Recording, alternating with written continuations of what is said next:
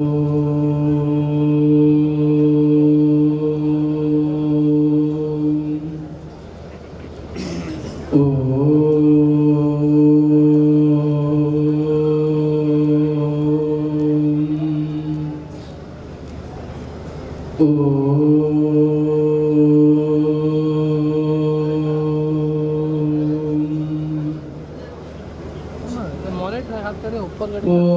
नमो ब्रह्मादिभ्यो ब्रह्म विद्या संप्रदाय कर्तृभ्यो वंश ऋषिभ्यो महद्भ्यो नमो गुरुभ्यः। ओम युक्ताहार विहाराय विविक्तस्थलवासिने मलयालयतीन्द्राय ब्रह्मनिष्ठाय ते नमः। ओम सहना भवतु सहनौ भुनक्तु सह वीर्यं करवावहै तेजस्विनावधीतमस्तु मा विद्विषावहै। ओम शांति शांति शांति।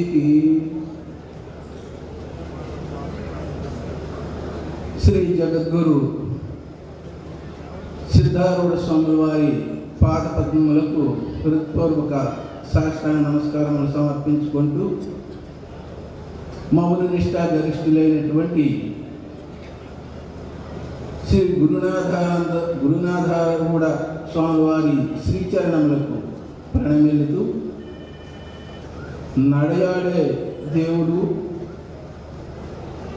పూజ్యపాదులు శ్రోత్రియ బ్రహ్మనిష్ఠులు శ్రీ శివానంద భారతీ స్వామి వారి శ్రీచరణములకు నమస్కరించుకుంటూ వేదికను అలంకరించినటువంటి జగద్గురువులకు మండలేశ్వరులకు పీఠాధిపతులకు మఠాధిపతులకు విద్వాంసులకు భక్తులకు హృదయపూర్వక నమస్కారములు సమర్పించుకుంటూ సభయందు ఆశీనులైనటువంటి సభికులందరికీ హృత్పూర్వక అభినందనలు. క్షణమపి సజ్జన సంగతి రేఖ. ఈ వాక్యంలో క్షణమపి సజ్జన సంగతి ఏకః అని 3 పదాలు ఉన్నాయి.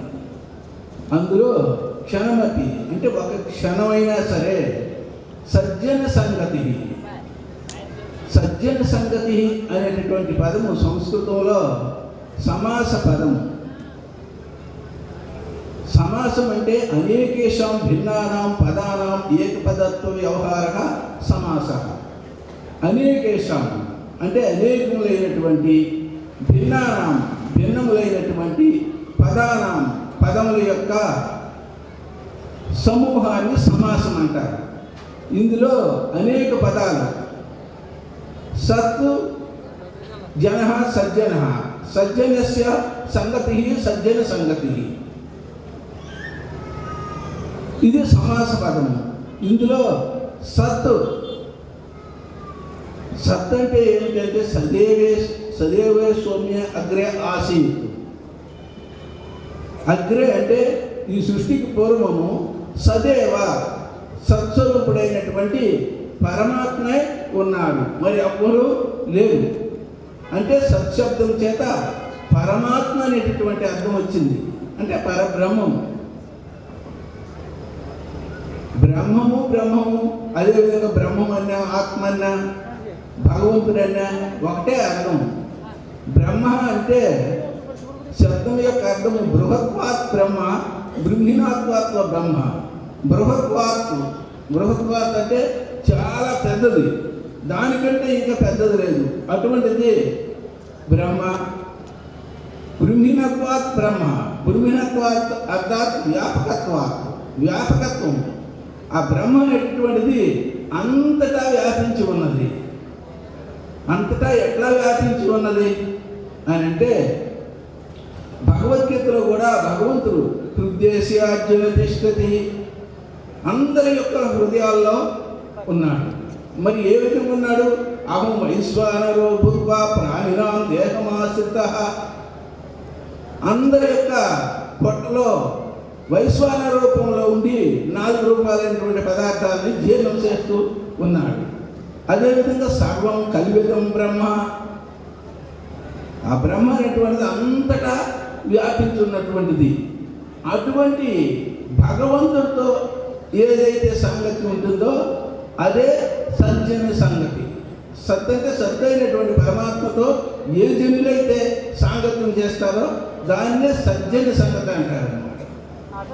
అటువంటి సజ్జన సంగతి మన అందరికీ కూడా లభించింది. ఎందుకనంటే మనం అందరం కూడా జగద్గురు సిద్ధారూఢ స్వాములు గారి యొక్క వారు అటువంటి బ్రహ్మతో సాంగత్యం చేశారు. మనం బ్రహ్మతో సాంగత్యం చేయకపోయినా అటువంటి వారితో మనకి సాంగత్యం ఉండడం వల్ల ఇటువంటి మహా అద్భుతమైనటువంటి అవకాశం మనకి ఏర్పడింది. మహాత్ముని యొక్క సాంగత్యము ఒక క్షణం చేసినా సరే అది మనకి సంసార సముద్రాన్ని నుంచి తరింపజేస్తుంది. ఎట్లంటే చిన్న ఉదాహరణ చెప్పి సమాప్తం చేస్తాను.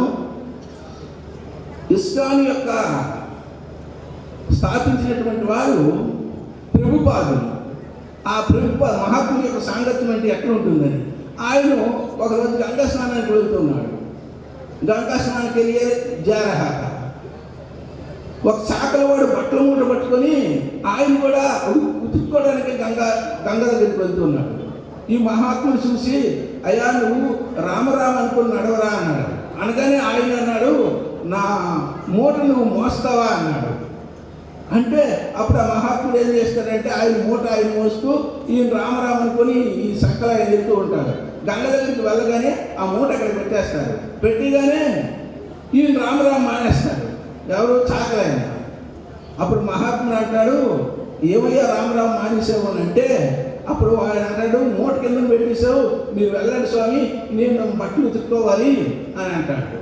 అంటే అప్పుడు స్వామి అంటాడు, నేను బట్టలు ఉతుకుతాను, నువ్వు ఒడ్డు మీద కూర్చొని రామరామ మరి कपड़ा को साफ करेंगे, आप ऊपर बैठ करके राम राम बोलो। कितने ऐसे बोला। बोलने से वो महात्मा है कपड़ा साफ कर रहा है, ये दो भी ने ऊपर बैठकर राम राम बोल रहे।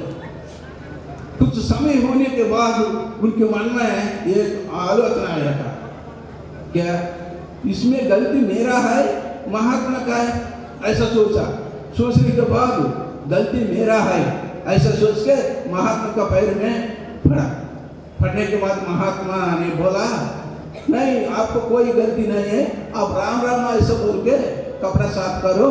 इतना बोल के वो महात्मा चले गए।